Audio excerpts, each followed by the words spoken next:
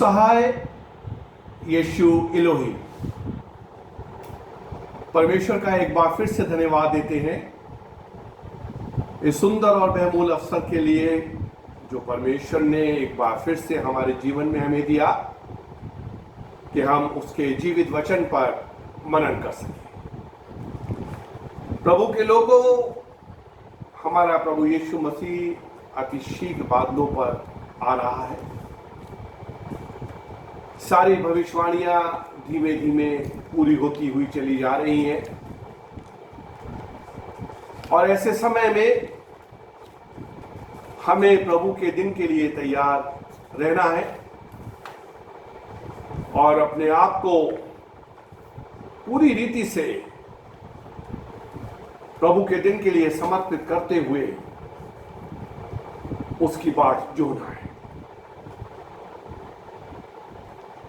आज जो हम मनन कर रहे हैं वो पवित्र बाइबल में पाया जाता है। पहला थिस्सलुनीकियों उसका 4 अध्याय उसके 13 पद से, और हम चाहेंगे कि रक्षा बिटिया हमारे लिए इन्हें पढ़ दें। हे भाइयों, हम नहीं चाहते कि तुम उनके विषय में जो सोते हैं अज्ञानी रहो। भाई पौलुस ये लिख रहे हैं कि हे भाइयों, हम नहीं चाहते कि तुम उनके विषय में जो सोते हैं अज्ञानी रहो। यहां सोने से तात्पर्य उन लोगों से है जो मर चुके हैं या गुजर चुके हैं। प्रभु यीशु मसीह ने लाजर के विषय में कहा कि हमारा मित्र लाजर सो गया है और मैं उसे जगाने जाता हूं। चेले नहीं समझे कि प्रभु यीशु मसीह ये कह रहे हैं कि लाजर मर गया, बल्कि उन्होंने सोचा कि शायद यीशु मसीह ये कह रहे हैं कि लाजर नींद में सो रहा है। तो उन्होंने कहा कि यदि वो सो रहा है तो वो स्वस्थ हो जाएगा। तब यीशु मसीह ने खुलकर ये कहा कि लाजर मर गया है।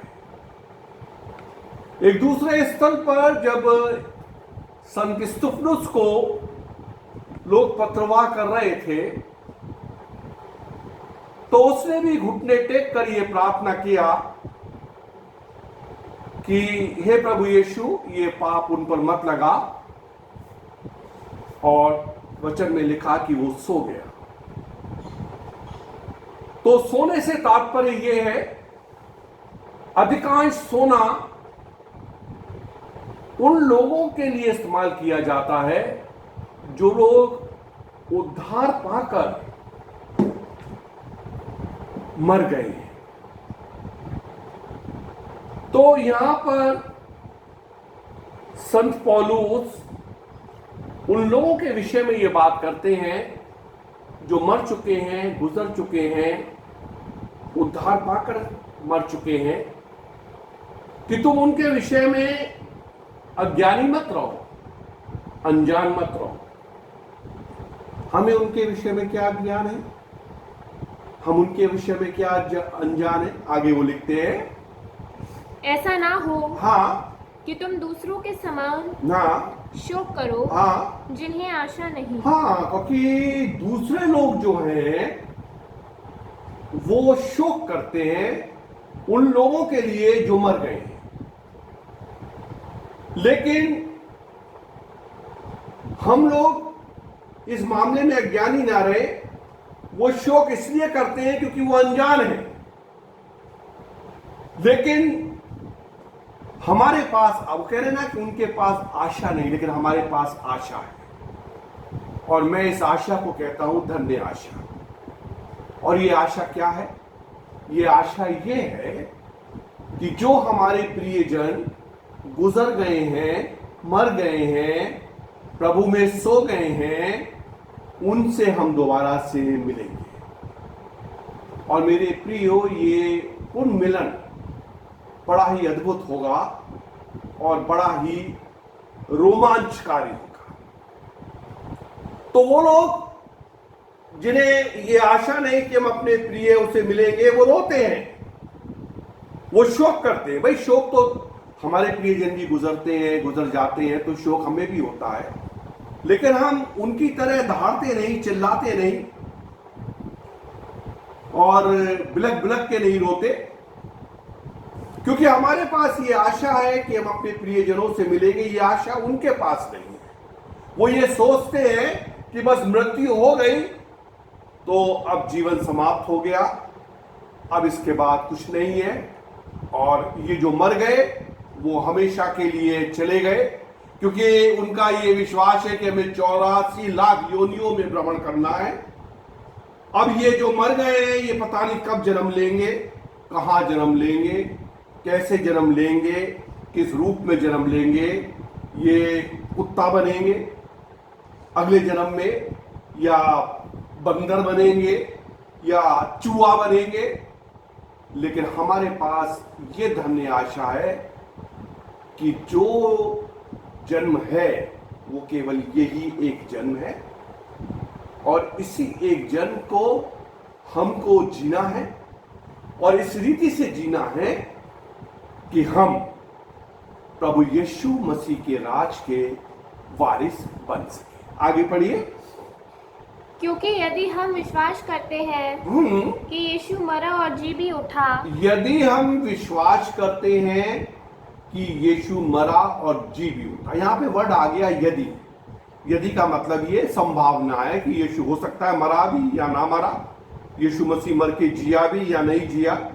इंग्लिश की बाइबल में यदि वर्ड नहीं है, वहां तो सीधा सीधा है कि हम ये विश्वास करते हैं कि यीशु मसीह मरा और जी भी उठा।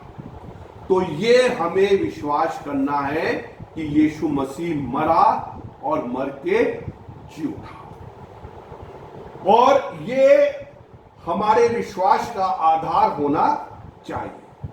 अब ये हम कैसे विश्वास करें कि यीशु मसीह मरा?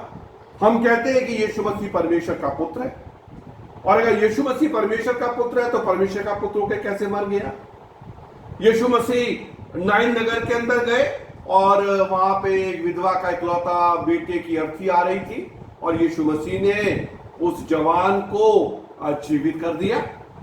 यीशु मसीह याईर आराधनालय के घर में गए और उसकी 12 वर्ष की इकलौती बेटी जो मर गई थी उसका हाथ पकड़कर कहा तलीता कूमी, जिसका अर्थ है कि मैं तुझसे कहता हूं उठ जा, और मरी हुई लड़की जीवित हो गई।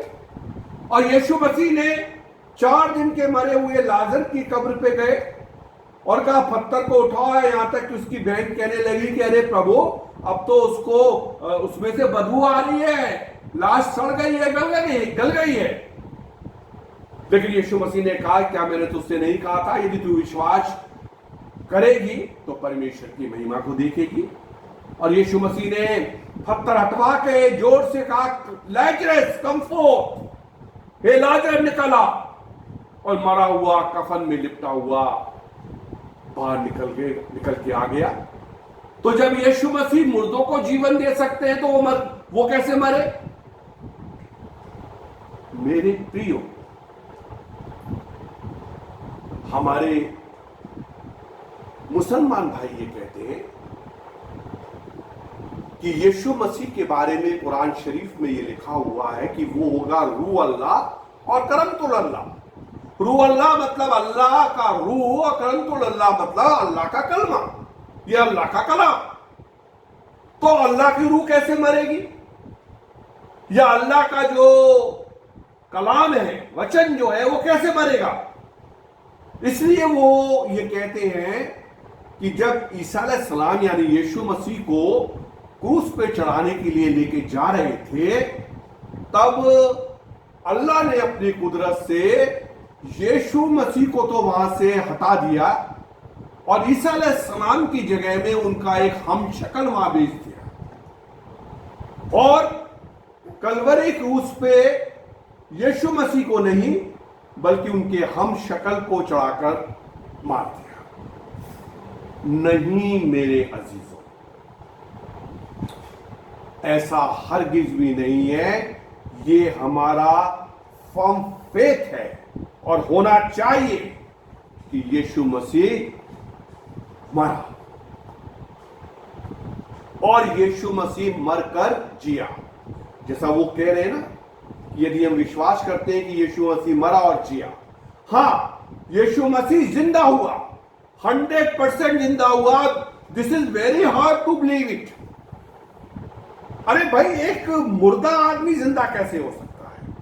मेरे अजीजों, यदि आज ये खबर हो जाए कि एक मरा हुआ आदमी जिंदा हो गया, तो सारे न्यूज चैनल के ऊपर ब्रेकिंग न्यूज यही आती रहेगी कि एक व्यक्ति मर के जिंदा हो गया। हाँ, ऐसी छुटपुट घटनाएं हमारे सामने आती रहती हैं कि डॉक्टर्स की नेग्लिजेंस से किसी बिना मरे हुए आदमी को उन्होंने मृत घोषित करा, और जब उसके रिश्तेदार घर ले आए उसको, तो मालूम पड़ा कि वो जिंदा। हाँ, वो गलती हो गई उनसे, किसी को देखा, किसी को कह दिया कि वो मर गया, या ऐसी छुटपुट घटनाएं होती रहती है। लेकिन मेरे अजीजों, यदि किसी का दिल मर गया, हार्ट मर गया, या उसका एक्टिव ब्रेन मर गया, ऐसे मरा हुआ व्यक्ति कैसे जीवित हो सकता है? और यीशु मसीह तो बिल्कुल मर गया, 100% मर गया। हाँ,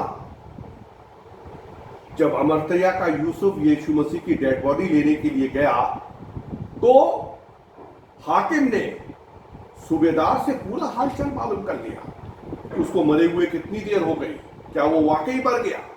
यहां तक कि मरने के बाद सिपाहियों ने भी उसके पांजर के अंदर भाला बेधा और उसमें से लहू और पानी निकला, और वचन में लिखा, जिसने देखा उसने इस बात की गवाही दी, और ये गवाही बिल्कुल सच्ची है। यीशु मसीह 100% जीवित हुआ, 100% मरने के बाद जीवित हुआ।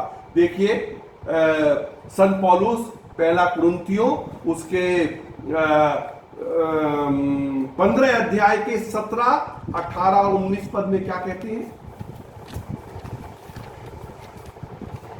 और यदि मसीह नहीं जी उठा जी, तो तुम्हारा विश्वास व्यर्थ है। यदि मसीह नहीं जी उठा तो तुम्हारा विश्वास व्यर्थ है। मसीह 100% जी उठा है जी। और तुम अब तक अपने पापों में फंसे हो। और तुम अब तक अपने पापों में फंसे हो। वरन जो मसीह में सो गए हैं, वरन जो मसीह में सो गए, यानी मसीह में मर गए हैं, वे भी नष्ट हुए। वो भी नष्ट हो गए। यदि हम केवल इसी जीवन में मसीह से आशा रखते हैं, यदि हम केवल इसी जीवन में मसीह से आशा रखते हैं, तो हम सब सब मनुष्यों से अधिक अभागे हैं। अधिक अभागे हैं। ये बहुत इंपॉर्टेंट वर्स है।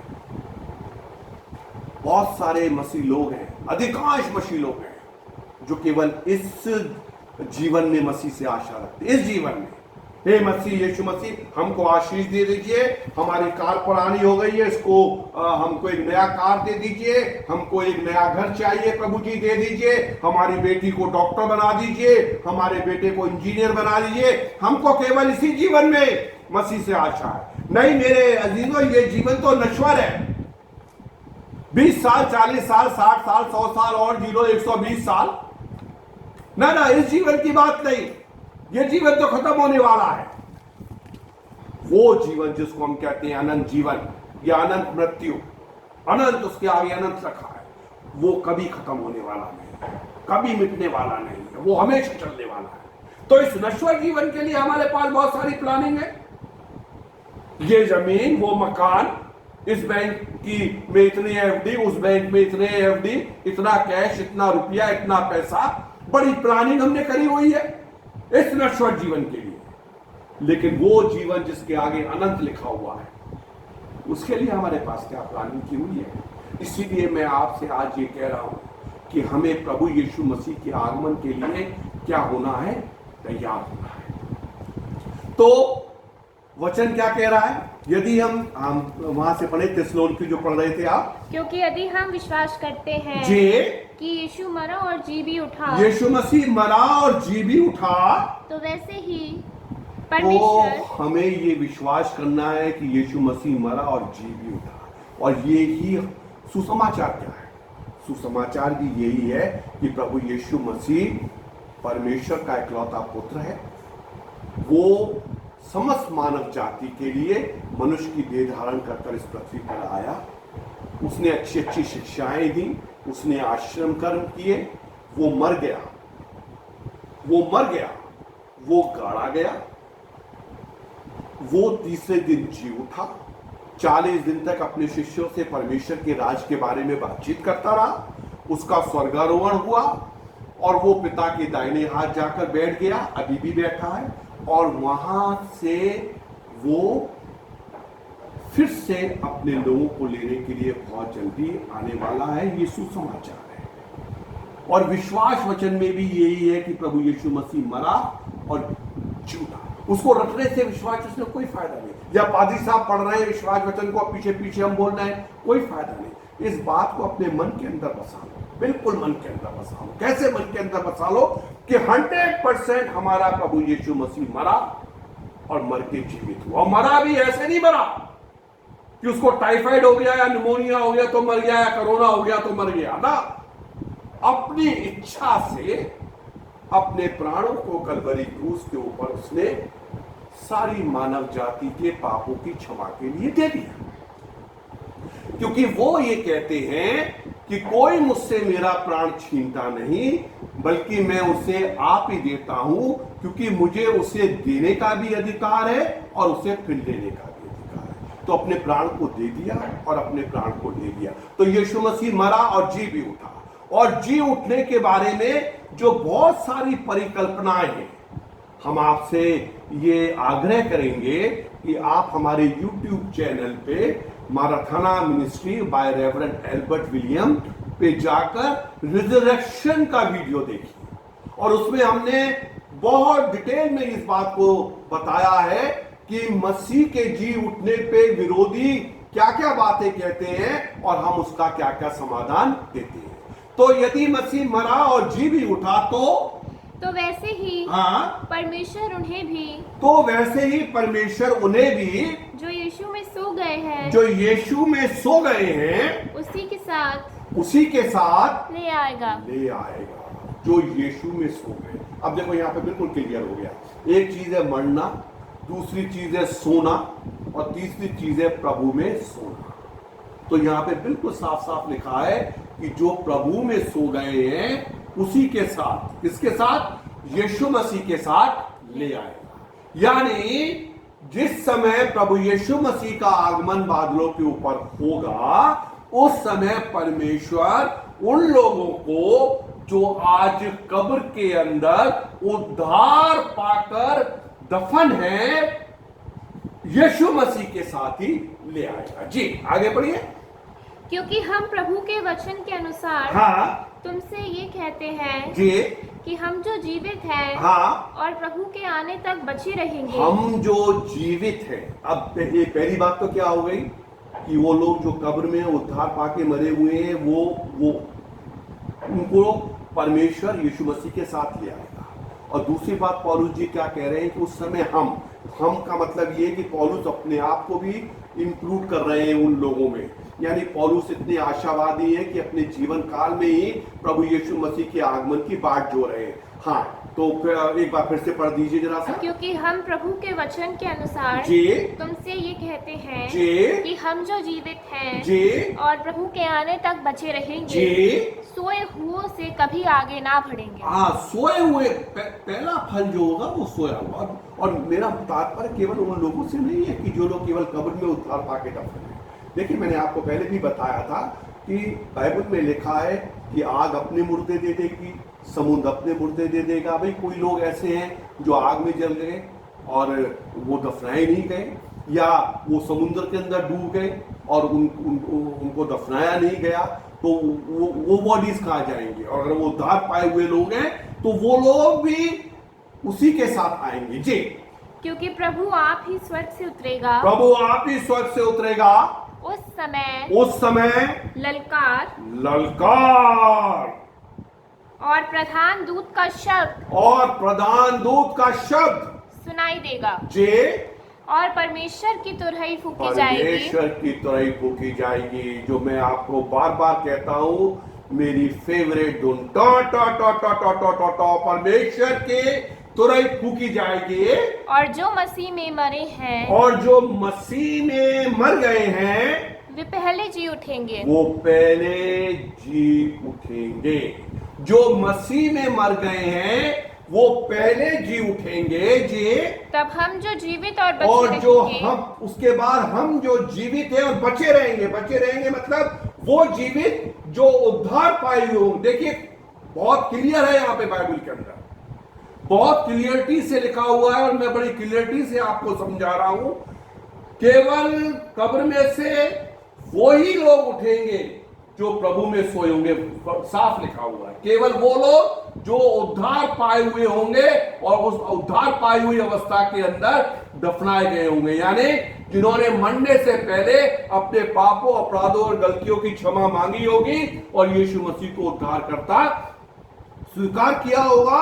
और जीवित लोगों के बारे में लिखा कि बचे मतलब जो लोग सेव्ड होंगे, जो लोग उद्धार को पाए हुए होंगे जी, तब हम जो जीवित और बचे रहेंगे जी उनके साथ बादलों पर उठा लिए जाएंगे, उनके साथ बादलों पर उठा लिए जाएंगे कि हवा में प्रभु से मिले। Hallelujah, glory glory glory glory, कि हवा में प्रभु से मिले और इस रीति से जे हम सदा प्रभु के साथ रहेंगे। इस रीति से हम सदा प्रभु के साथ रहेंगे। कब?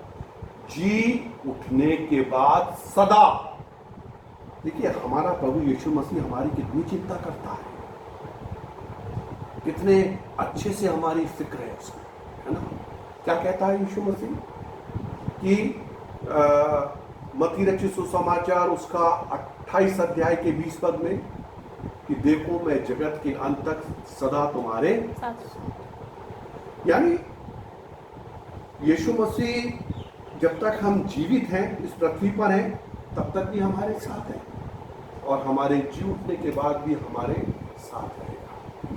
जो लोग इस बात पे विश्वास करते हैं वो अपने हाथों को उठाकर कह सकते हैं हालेलुया। क्यों? क्योंकि हमारा प्रभु हमारी चिंता करने वाला परमेश्वर है। तो मेरे अजीजों, मरे हुए लोग जो उद्धार पाए हुए हैं वो प्रभु के साथ उठाए जा रहे हैं, जो लोग जीवित हैं और उद्धार पाए हुए हैं वो प्रभु के साथ उठाए जा रहे हैं। इसीलिए वो क्या कह रहे हैं कि हम उनके समान शोक नहीं करते जिनके पास कोई आशा नहीं। हमारे पास क्या है?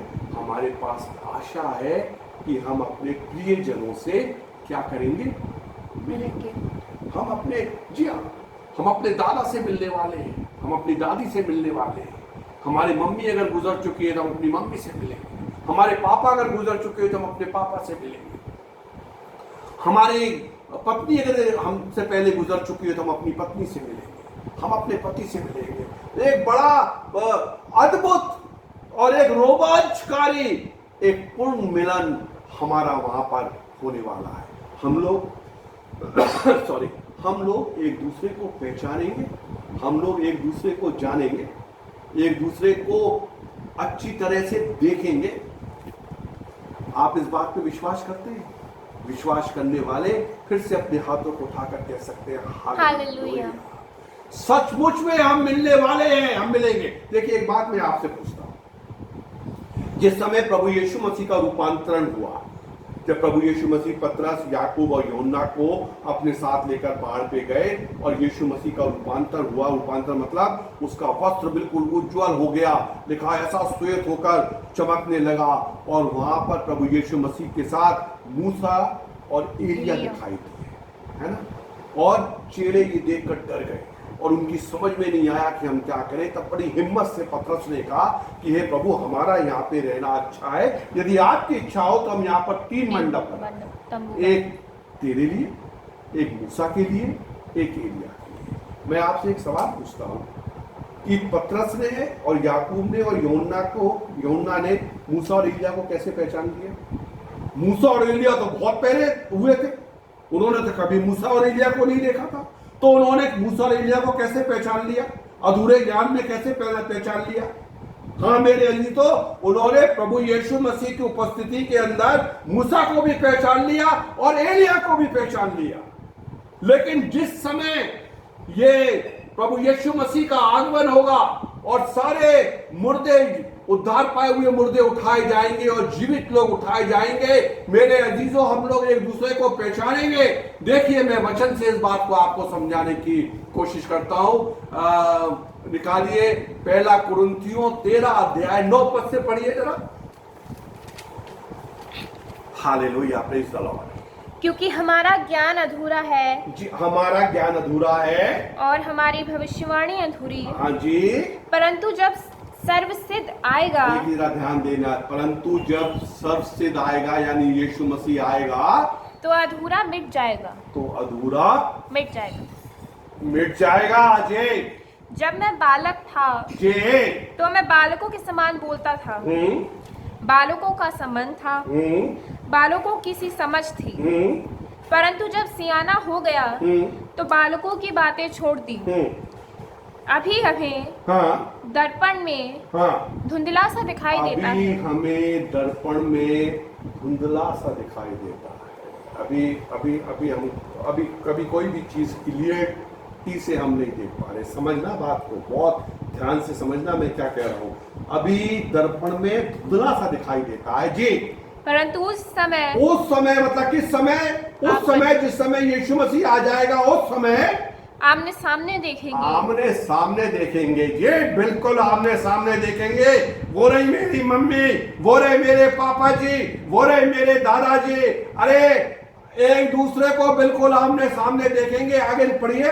इस समय हाँ, मेरा ज्ञान अधूरा है। अभी तो मेरा ज्ञान अधूरा है। मेरे अधूरे ज्ञान पे भी मैंने मूसा और एलिया को पहचान लिया। परमेश्वर के शागिर्दों ने मूसा और एलिया को अधूरे ज्ञान पे भी पहचान लिया जी, परंतु उस समय ऐसी पूरी रीति से पहचानूंगा, ऐसी पूरी रीति से पहचानूंगा। देखिए वचन में साफ साफ लिखा है, पूरी रीति से पहचानूंगा जैसा मैं पहचाना गया, जैसा मैं पहचाना गया हूं। मेरे अजीजों, केवल आप अपने मम्मी पापा को, अपने प्रियजनों को ही नहीं पहचानेंगे, बल्कि नूह को भी पहचानेंगे, मूसा को भी पहचानेंगे, एलिया को भी पहचानेंगे, अब्राहम जी को भी पहचानेंगे, याकूब जी को भी पहचानेंगे, हर एक जन को पहचानेंगे। मेरे अजीजों, ये एक सुंदर समय होगा, ये पुण्य मिलन का समय होगा, ये एक बड़ा अद्भुत समय होगा। इसीलिए हम शोक नहीं करते, इसीलिए हमारे पास धन्य आशा है। लोग हमें पागल कहते हैं क्योंकि हम अपने मुर्दों को मसीह गीत गाते हुए और ताली बजाते हुए दफनाते हैं। हम परमेश्वर का धन्यवाद देते हुए अपने मुर्दों को दफनाते हैं। लोग हमें बेवकूफ कहते हैं कि अरे इनका तो प्रियजन मर गया और ये धन्यवाद दे रहे, ये गीत गा रहे। क्यों?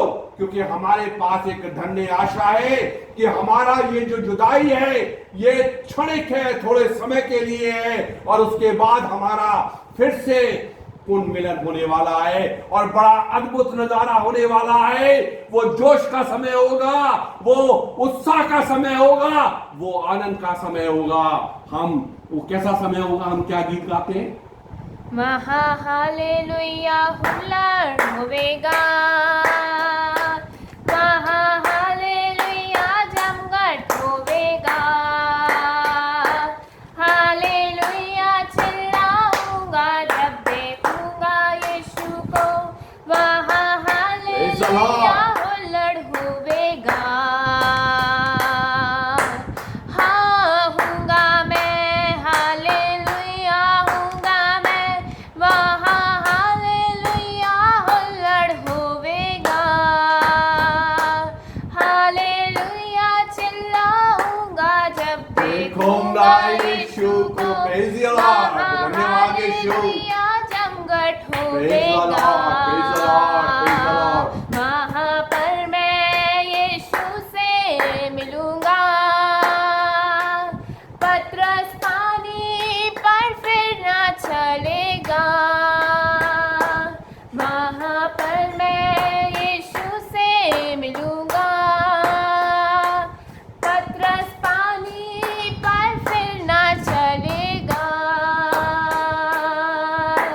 दाऊद होवेगा, योना होवेगा, मरकुस होवेगा, लूका होवेगा, अब्राहम भी वहाँ होवेगा, और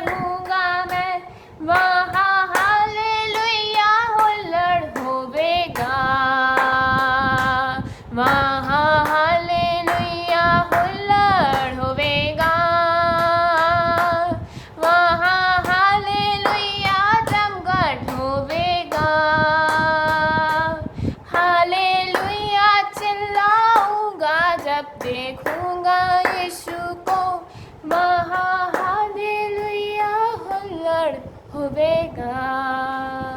गॉड ब्लेस यू अबंडेंटली बेटा, प्रभु आपको बड़ी आशीष दे।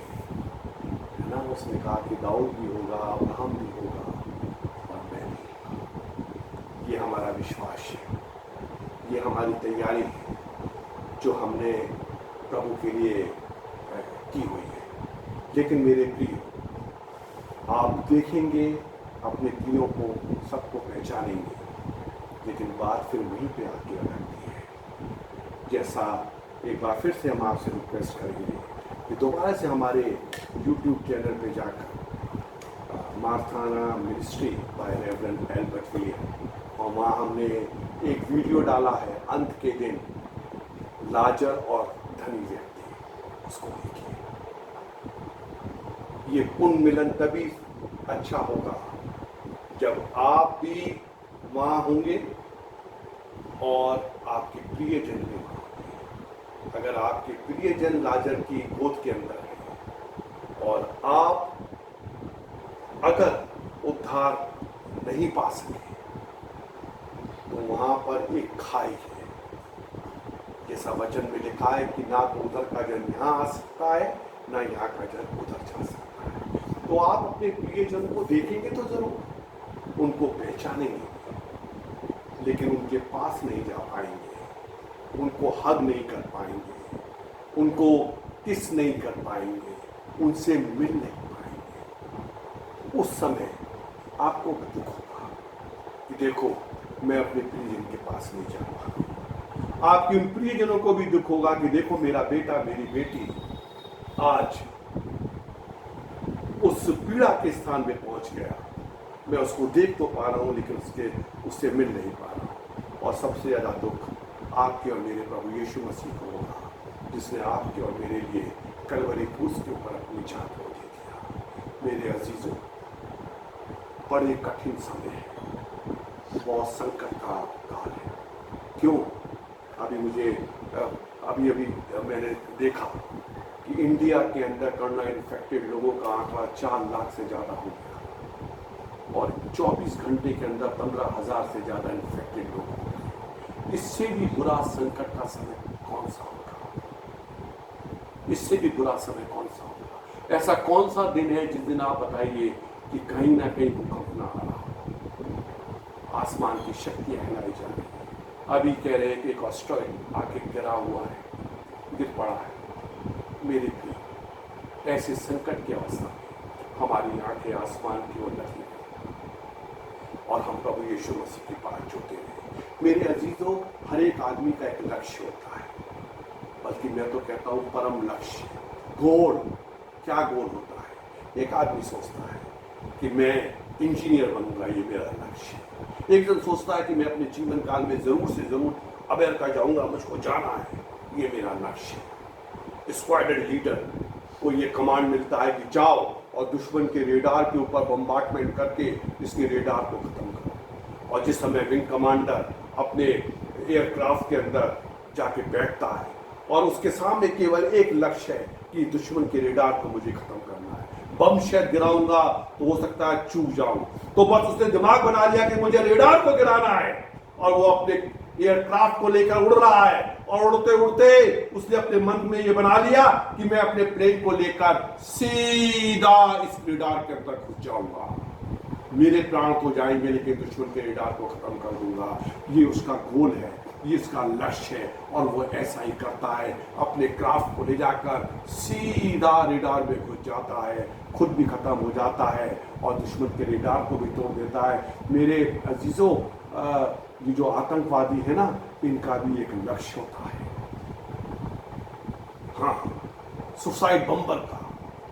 मेरे अजीजों, जिस लड़की ने, नन्ही ने मिस्टर राजीव गांधी की हत्या करी, उसके पेट के ऊपर बम लगा हुआ था, उसने अपने शरीर पे बम लगाया था और उसने राजीव गांधी के पैर छूते छूते, जब पैर छूने के लिए झुकी तो अपने पेट पे लगे हुए बटन को दबा दिया। उसको पता था कि राजीव गांधी तो मरेंगे लेकिन मेरे भी चित्रे उड़ जाएंगे। और मेरे अजीजों, मैंने इंडिया टुडे के अंदर उन फोटोज को देखा, उसके अंग अंग, उसकी जान का फोटो था, कितनी बुरा दशा के अंदर था। तो मेरे अजीजों, उनका भी एक लक्ष्य होता है। इसी रीति से आपका और मेरा लक्ष्य ये होना चाहिए आज कि हमें अपने प्रभु यीशु मसीह के साथ बादलों के ऊपर जाना है। और यदि हम इस लक्ष्य के साथ इस समय चलेंगे तो निश्चित रूप से हम कामयाब होंगे। विश्वास करने वाले अपने हाथों को उठाकर हालेलुया बोल सकते हैं इस बात पे कि मैंने ये पढ़ा है, मैंने ये सुना है कि इस पीढ़ी के लोग अपनी आंखों से प्रभु यीशु मसीह को बादलों पे आते हुए देखेंगे। हालेलुया। हालेलुया। मेरे अजीजों, यीशु मसीह ने मरकुस रचित सुसमाचार 13 अध्याय के 31 पद में कहा है कि आकाश और पृथ्वी टल जाएंगे लेकिन मेरी बातें कभी ना टलेंगी। प्रभु यीशु मसीह ने क्या बात कही? प्रभु यीशु मसीह ने अपने मुंह से ये कहा मरकुस रचित सुसमाचार 13 अध्याय के 26 पद में कि लोग मनुष्य के पुत्र को बड़े सामर्थ और महिमा के साथ बादलों पर आते हुए देखेंगे। अपनी आंखों को ऊपर की ओर उठाइए। किसी भी क्षण प्रभु यीशु मसीह बादलों पे आ रहा है। वो थिस्सलुनीकियों 4 जो हम पढ़ रहे थे उसके अंदर लास्ट पद में क्या लिखा हुआ है? इन बातों से एक दूसरे को शांति दिया करो। मेरे अजीजों, मेरे वचन की इन बातों से आज आपको शांति पहुंचाएंगे और आपने शांति के वचन को सुना है। अब आपकी ड्यूटी ये है कि जो वचन आपने आज सुन लिया, इस वचन को आप दूसरों को सुनाएं। कैसे सुनाएंगे? इस वचन को, इस वीडियो को शेयर करके इसको शेयर करिए, इसको बढ़ाइए। प्रभु यीशु मसीह आने वाला है। आकाश और पृथ्वी टल जाएंगे लेकिन प्रभु कहता है मेरी बातें कभी नहीं टलेंगी। ये कोई हंसी मजाक, ये कोई किस्से कहानी की बात नहीं है। यीशु मसीह आ रहा है। यीशु मसीह के आने का समय हो गया है। क्या आप तैयार हैं? क्या आप तैयार हैं?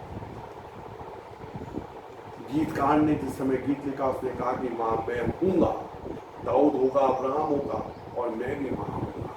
क्या आप इस गीत को गाते समय ये कह सकते हैं कि हाँ मैं भी वहां हूँगा? यदि आप कह सकते हैं तो मैं आपके साथ मिलकर हालेलुया बोलूंगा। लेकिन यदि आज आपके मन में संशय, यदि आज आपके मन में संदेह है कि नहीं, अभी मैं इस योग्य नहीं, अभी मैं इतनी तैयारी में नहीं कि मैं वहां हूँगा, तो आज उद्धार कर दे। आज आप अपने आप को तैयार करिए। आज के दिन आप अपने पापों अपराधों से क्षमा यीशु मसीह से मांगिए और प्रभु यीशु मसीह को उद्धारकर्ता ग्रहण करिए और उसके दिन के लिए तैयार हो जाइए ताकि जिस समय तुरंत फूके आप इस संसार में ना छूटे बल्कि बादलों पे प्रभु यीशु मसीह के साथ उठाए जाए। प्रभु आप सबको बहुत सारी आशीष दे। आपका दिन शुभ हो। आप बहुत सारी आशीष के भागीदार बने और आप ही आशीषित ना हो बल्कि आप जो भी आशीष पाएं उससे आप दूसरे लोगों को भी आशीषित करें। मैं ऐसी नेक दुआ आज के दिन आपके लिए करता हूँ। God bless you obediently. जय मसीह।